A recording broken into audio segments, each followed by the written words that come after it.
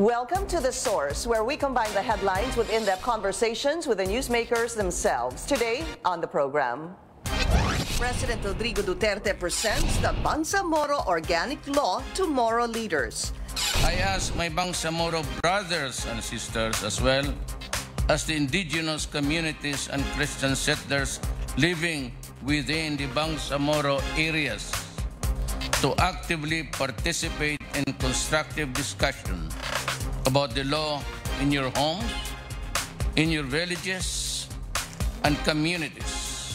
Hoping the newly signed law will lead to lasting peace in Mindanao. Important. I encourage you to take part of this upcoming plebiscite so that you may express your sovereign will through the ballot. Also, what is the fate of charter change in the Senate? Parang naging unifying factor pa si Speaker Arroyo doon sa mga senador to go against Chacha. And as the government intensifies its federal campaign, I am confident that the Filipino people will stand behind us as we introduce this new fundamental law. a controversial video triggers public outrage.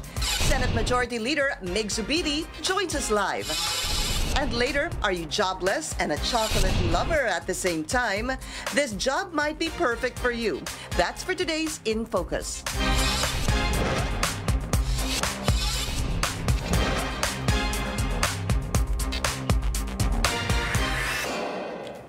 Thank you for joining us. I'm Pinky Webb. The President formally presented to the leaders of the Moro Islamic Liberation Front a copy of the Bangsamoro Organic Law. He signed this bill into law more than a week ago. Mr. Duterte hopes the implementation of the law would put an end to the conflict in Mindanao. Also, the House of Representatives is poised to have another resolution on a constituent assembly or CONAS to move charter change. But will it have the same fate in the Senate? Let's go straight to the source of the story. We have the Majority Leader of the Senate, Senator Mig Zubiri. Senator, it's so good to see you again. Thank you, and congratulations. Yesterday we witnessed this. It's a ceremonial signing. He signed 2 days after we ratified it, and I guess to show that he was really serious about passing this into law.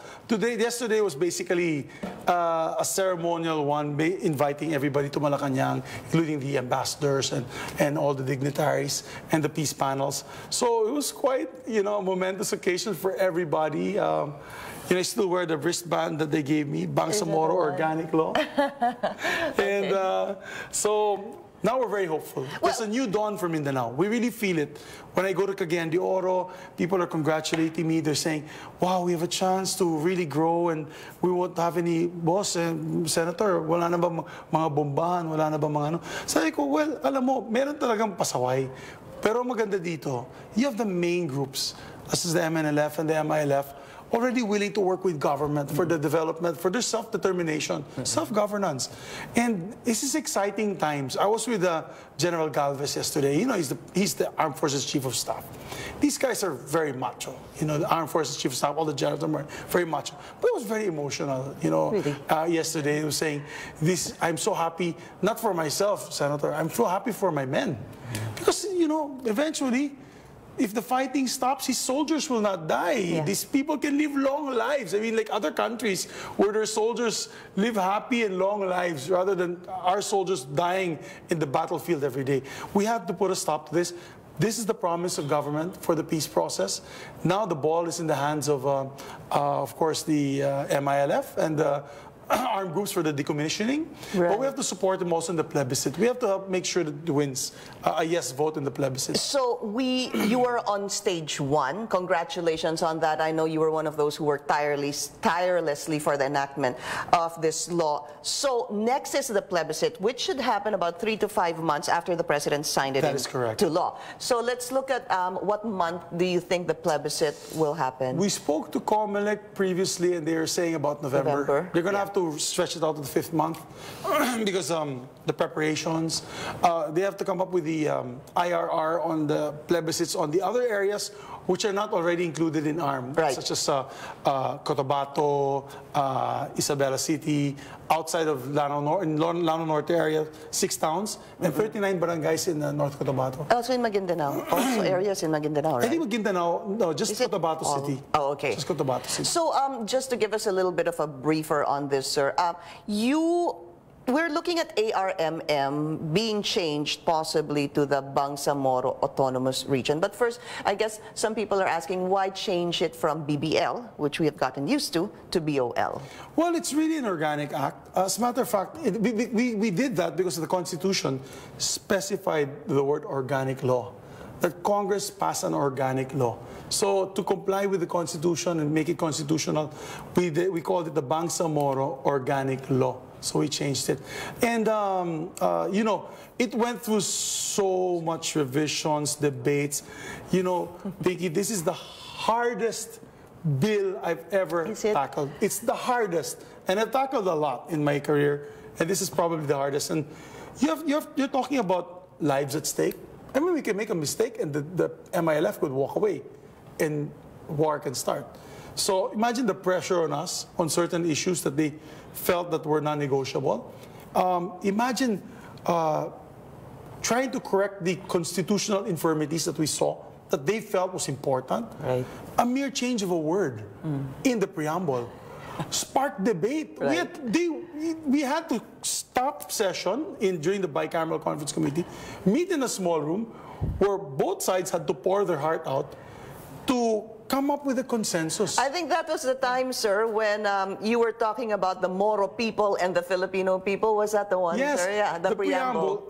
Because our legal luminaries in the panel, both panels, House and Senate, wanted to remove the word that the Bangsamoro people imploring the aid of the Almighty and Congress. Yeah. Parang, according to Majority Floor Leader at the time, Rudy Fariñas, yes, was saying, it's the Filipino it's the Filipino people. Yeah. How can the Bangsamoro make us utos, with all due respect? So we had to amend it. But that was like, for them, that was a walk-away provision. They were about to walk away. So when they texted me, I will not say which of the chairmen texted me and said that basically... Would it be the chairman of the Transition Commission? Yeah, the different vice chair of the MILF texting me that no more. If it's like this, we back out. Ayaw nila. We go out. I had to suspend our session, our bicameral conference committee session, and asked to move to a smaller room to meet with them. Yeah. Then dyan naglabasan kami ng ano, we had to say that, you know, we had to make sure we have to pass a Bangsamoro Organic Law that will pass the constitutionality in the Supreme Court. The Supreme Court, yeah, absolutely. or else we're back to zero. We're back to zero. But you know, when you go back, let's look at the brief history on this, which is something that our viewers can also see in our website. There's a very good article on the Bangsamoro Organic Law here and what happened before. I mean, before, sir, they wanted total independence, di ba? Yes. And then now they want autonomy. Yes. Tell us the difference between total independence and autonomy. Well, just in simple terms. You know, when they started the fight in the 1970s, there were separatists, their independence movement, which is to leave the Philippines, to start their own Bangsamoro government or their own government. And that is a problem because we don't allow secession. We don't allow Mindanao to leave. We don't allow Palawan to leave. We will not allow Northern Luzon to leave or any other parts of the Philippines. And so that's where the war started. Okay. And they backed out. In fairness to the MILF and the MNLF, it started first with the MNLF. And that's why the breakaway group was the MILF. The MNLF agreed to the ARM, the Autonomous Region of Muslim Mindanao, through the original Organic Act. And then the MILF was for independence. They fought for independence. But through the years, through long struggle of having peace talks with different administrations, different governments that we've had in the past, I'd say 20 years, we were able to convince them to step back, to take a step back, and do honest-to-goodness autonomy, similar to what we have in Spain with the Basque regions, similar to what the Irish Republican Army had fought for in Northern Ireland, which, by the way, works. It's one of the most successful I'd say, reintegration programs for independence movements all over the world. Was the Irish Republican Army example. And so we welcome that. The government welcomed that. And we have to work from that premise. By giving them better autonomy than what they had before. In other words, it can't be the same as ARM. It has to be better. It has to be better. It has to be ARM plus. But it's already the former president who said that the ARMM was a failed experiment, former President Aquino already saying that, some also saying it didn't work because of corruption, possibly even mismanagement. I guess the question is, what makes this different? What can possibly make this work compared to the one before? I'm glad you asked that question. It makes it better because it gives them now, how do you say, a lot of reform measures. For example, in the old ARM, if you elect a governor who's corrupt, who's a murderer, who's a criminal, you can't remove him till the next election. Because he's elected. He has a mandate. And then usually in the next election, because he has the guns, goons, and gold, he can win all the way till the 9 years, 3 terms. Unlike this situation, we gave them a parliament. Right. In the parliament, it's a no-confidence vote. It's good to highlight that, sir, because we are going to have a parliament system in the Bangsamoro Autonomous Region. Yes, we're going to have a parliamentary system in the Philippines, in a particular area in the Philippines. It's quite unique and quite exciting because, you know, the problem there really is the failure of basic services to be given out to the people. So they have no recourse. If the governor is a bad governor, you have to stay. He stays there for 3 years. In this case, if you have a bad chief minister, any one of the 80 members of parliament will say, I have no confidence in you, and I push for a no confidence vote. So let's go basic, sir. It's a parliamentary form. The people will be electing 80 members of parliament. That's correct. So they will be voting 80. And then among the 80, they will choose their chief minister. Yes. And 2 deputies? 2 deputy chief ministers, because we want to make sure that there's proper representation between the island groups and the major provinces, the mainland provinces. You mean like Sulu, Tawi-Tawi? For example, Sulu, Tawi-Tawi, Basilan are the island groups, and then you have the ones connected to the mainland, which is Lanao del Sur and Maguindanao. Right. And so now there will be representation because nag-aalitan yan eh. The guys from the island provinces don't really like the guys from the mainland provinces. Is that so? Yeah, so and what happens is the mainland provinces have a bigger vote because they're bigger population. So it's always dictated by the mainland from Lanao Sur, the winners always from Lanao Sur, from Maguindanao. So napipikon sila. So what we decided to do is to come up with representation, for them, as well as deputy chief ministers. We also set up a very unique system where we have a wali. Well, the wali is the ceremonial leader. He's sort of like the ceremonial elder who constitutes the parliament. He's the one that opens parliament, and he's the one also who will dissolve parliament. This is not the chief minister, iba pa to, sir. Yes, because it's very unique in the Bangsamoro regions, in the areas of Malaysia and Indonesia. They have the chief elder. I see. And the chief elder, it's like in Malaysia, they have their king. Yeah. In our case, it's the wali. It'll be the, of course, the parliament will decide who the wali will be. Hopefully, it's a very respectable person. I hope it's not, a man with integrity or a woman with integrity. Why not? Could be a wali, could be an elder statesperson, could be a woman or a man. But that's the uniqueness of this setup. Yeah, it's very exciting, especially for the people in Mindanao who have been part of the ARM. And this is possibly an improved ARM 2.0, an improved version. But I want to also stress, Pinky, because people are saying, what about the military? Who's going to guard these territories? Right. The defense, the defense and public security of the area is the responsibility of the armed forces of the Philippines and the PNP. Right. Still, directly from the top.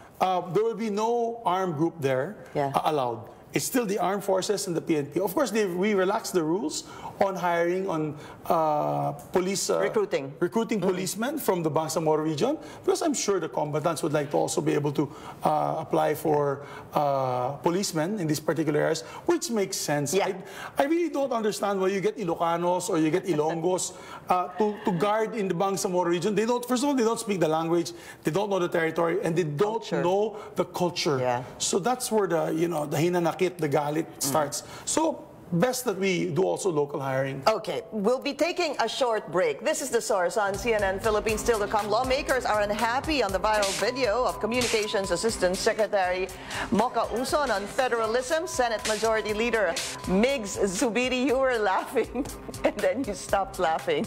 Shares his thoughts after the break. Anak, you know I love you. You know I love you. You know naman, I love you, di ba, anak? Sabihin ko man in 3 ways, I only mean one thing. I only want the best. I kept singing it yesterday. Ano yan, Tris? Ano yan, Tris? Yes. Pinag-usapan na namin magpe-plebiscite muna ng November eh. Siguro i-end ko lang. Plebiscite in November pagkatapos ano, di ba? Di ba? It's good to end that because I'm going to make to choose the right leaders because, you know, it's up to them. We can only give them a nice car, but if they drive it off the cliff, you know, yung mangyayari dyan. True. Uy, na ano mo, ease of doing business mo. Sir. Yeah, that's what I was here last for. You weren't majority leader then. Nagkita tayo dun sa event. Remember there was an event that I was hosting and then you stayed for a while.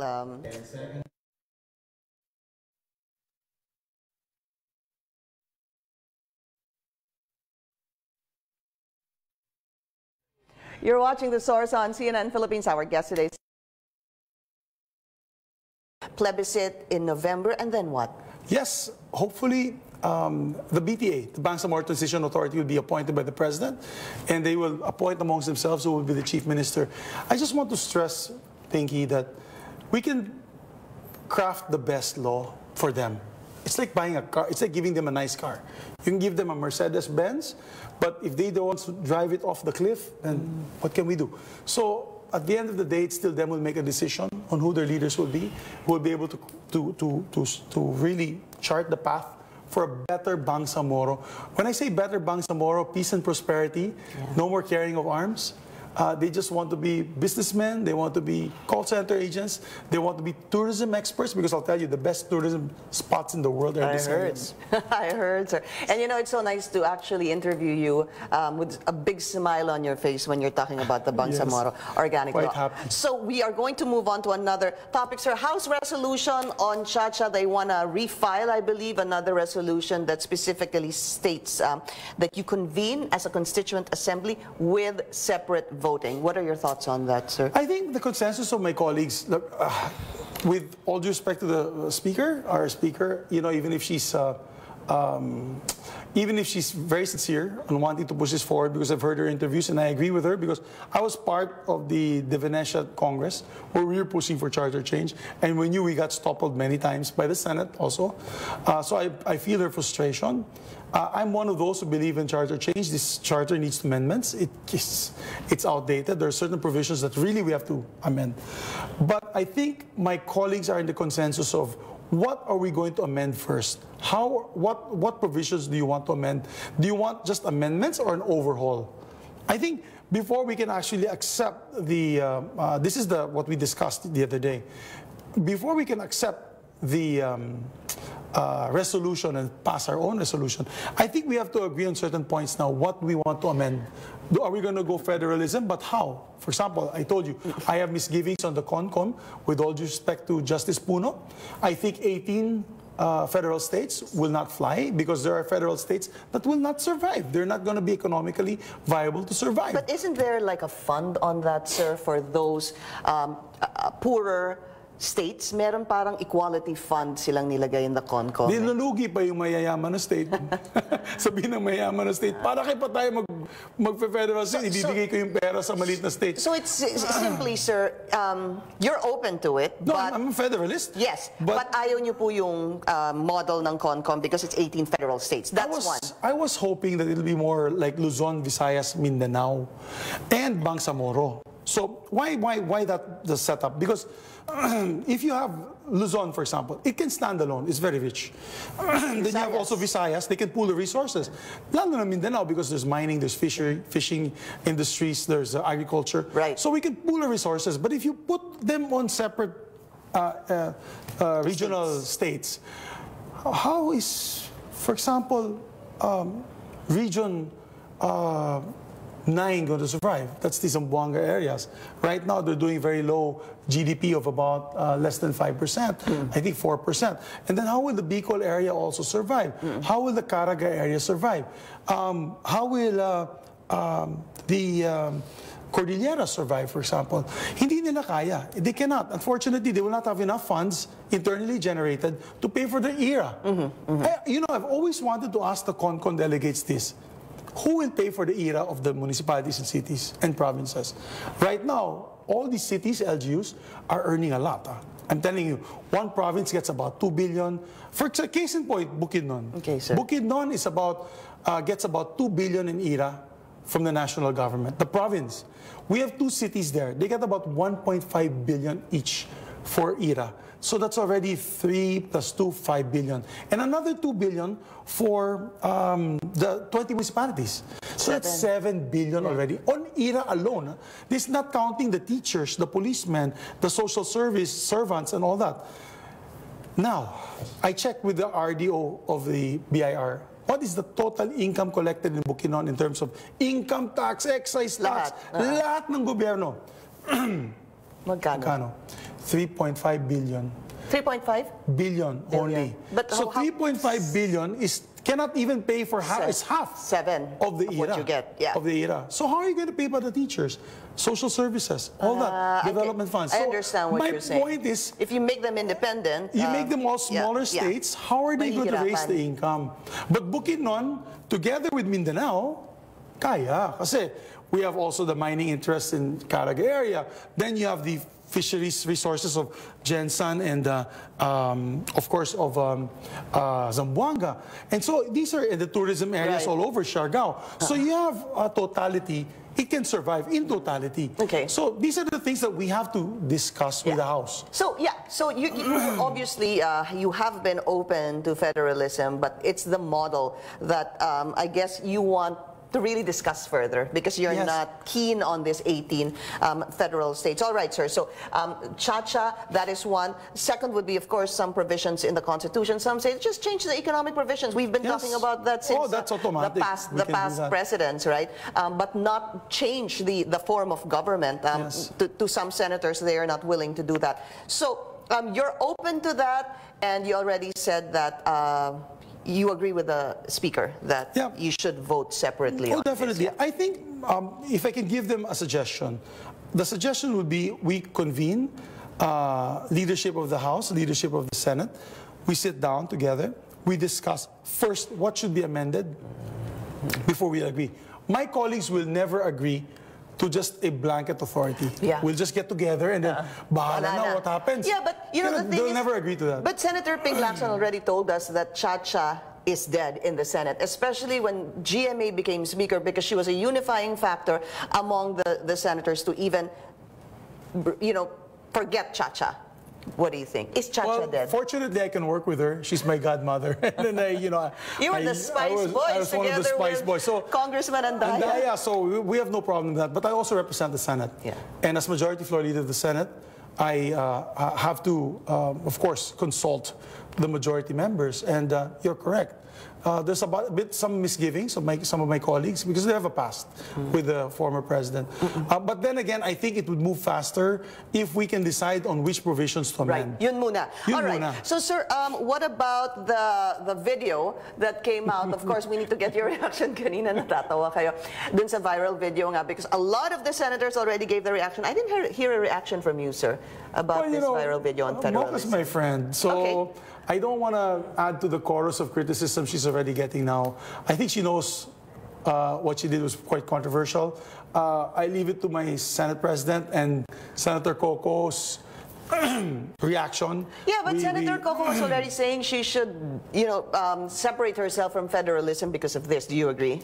Well, dapat bang dumistansya na siya? I leave it at that. What I respect I respect the instructions given by Coco, and I respect the instructions or the statements given by the Senate President. But does a video like this or a jingle like this help the cause of federalism? Because absolutely not. Absolutely not. We have to take it to a higher level playing field. It can't be. It cannot be animated like that. I mean, it has to be. people have to understand. For example, this just simple question. Yeah. Will these 18 states survive independently, economically? So, sir, I mean, that's a very good question. Yung first question is, sino ba yung 18 states? Yun muna. Ayun nga. Hindi You know, ba? I'll tell you, Pinky, if you had a chance, invite Senator Ralph Recto. Okay, I will. Senator Ralph Recto It's a standing will invitation, eat sir. that alive, the con, because you know, he's a stickler. Well, you saw the class picture, right? Yeah. He's a class treasurer. So anything that has to do with economics, yeah. he is that's his forte. He's our expert. Ralph. All right, he's a forte. We'll be taking another short break. Very quickly, Train 2 when we return.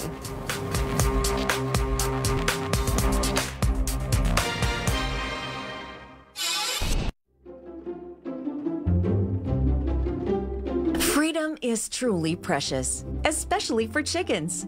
In Magnolia's farms, chickens are raised in a true free-range environment. What's your personal take on Train 2?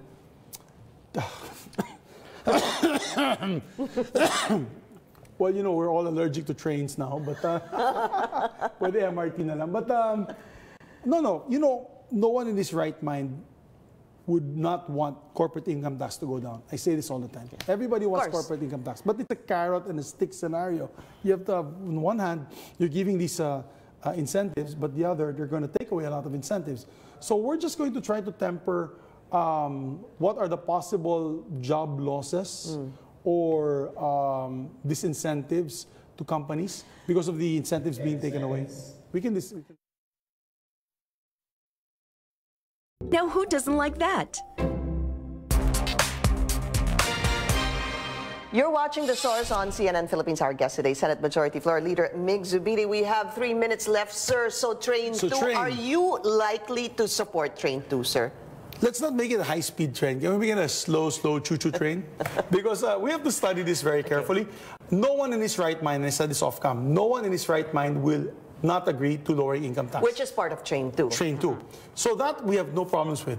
So Carl Chua and Sec Sani Dominguez, they can be rest assured that we'll pass that part of Train 2. But it's just tempering the incentives being taken away by locators and industries. For example, we have to itemize which industries will be hit. For example, call centers. We can't allow the loss of 1 million jobs. I mean, if you take away the PESA statuses of all these call centers in Makati and all that, what was going to stop them from moving to India, where they have also these incentives given to them? So we don't want that to happen. In other words, yes, this is not inflationary. Train 2 is not inflationary. We all accept that. The problem is, will it mean losing jobs or opportunities? So we have to temper that. Temper lang natin. Yeah, but sir, Train 2 also includes, hindi ho ba the second tranche of the increase in petroleum products also? I think that's Train 2 plus. I don't know how they're going to be Train 2 plus. I don't know. We still have to get the briefing. But you know, I stand corrected. Senate President Tito Soto filed the bill because I said that sabi mo, nobody wants to touch it. But apparently they spoke to him, the Department of Finance officials, which we respect. And okay, with that, now we can move forward with the committee hearings, because we were just expecting to wait for the House version, but now we can move forward with the committee hearings. And we agree that all the incentives should be time-bound. There should be sunset provisions. How long the sunset provisions are, that's the key, because you don't want to scare the investors. So what about inflation? Aren't you worried about inflation? July inflation now apparently is at 5.7%, sir. I know when you were talking about Train 1, the promise of the economic managers was inflation would just be about 4%. Is that Me and Carl Chua have a date. You Sec Chua. Because, you know, he told us when he passed Train, it wouldn't be the inflationary. So we'll see their explanation. There's actually a DBCC meeting in the Senate now. I'm going to try to catch up. But, so you're still open to it? No, we're still open to it as long as there's minimal impact on loss of jobs. Okay, very quickly, did Train 1 work? O naging pasakit ho ba siya sa mamamayan? Well, Train 1 was the inflation that we have now is a combination of the high fuel rates. You know, I'll tell you, if you look at In the world market. It's about $85 to $90 now per barrel. So it's not the fault of, it's in a way, it's not all the fault of Train 1. It's not the fault of the Philippine government. But it helped. It helped. I mean, my wife tells me, you know, my number one guide is my wife. When she calls me up and says, it's now 50% more expensive to do the grocery. And you know, he says, that's what, these are the things that you hear. Listen to your wife, sir. And I listen to your wife, exactly. Happy wife. Happy life. Sir, thank you so much for joining us, the Senate Majority Leader. And good luck, sir. You have a lot on your plate. However, you only have a couple of months left because you have a lot of vacations in between as well. So good luck, sir. A lot of work. Maraming salamat po sa inyo. Thank you for joining us here on The Source. I'm Pinky Webb. You're watching CNN Philippines.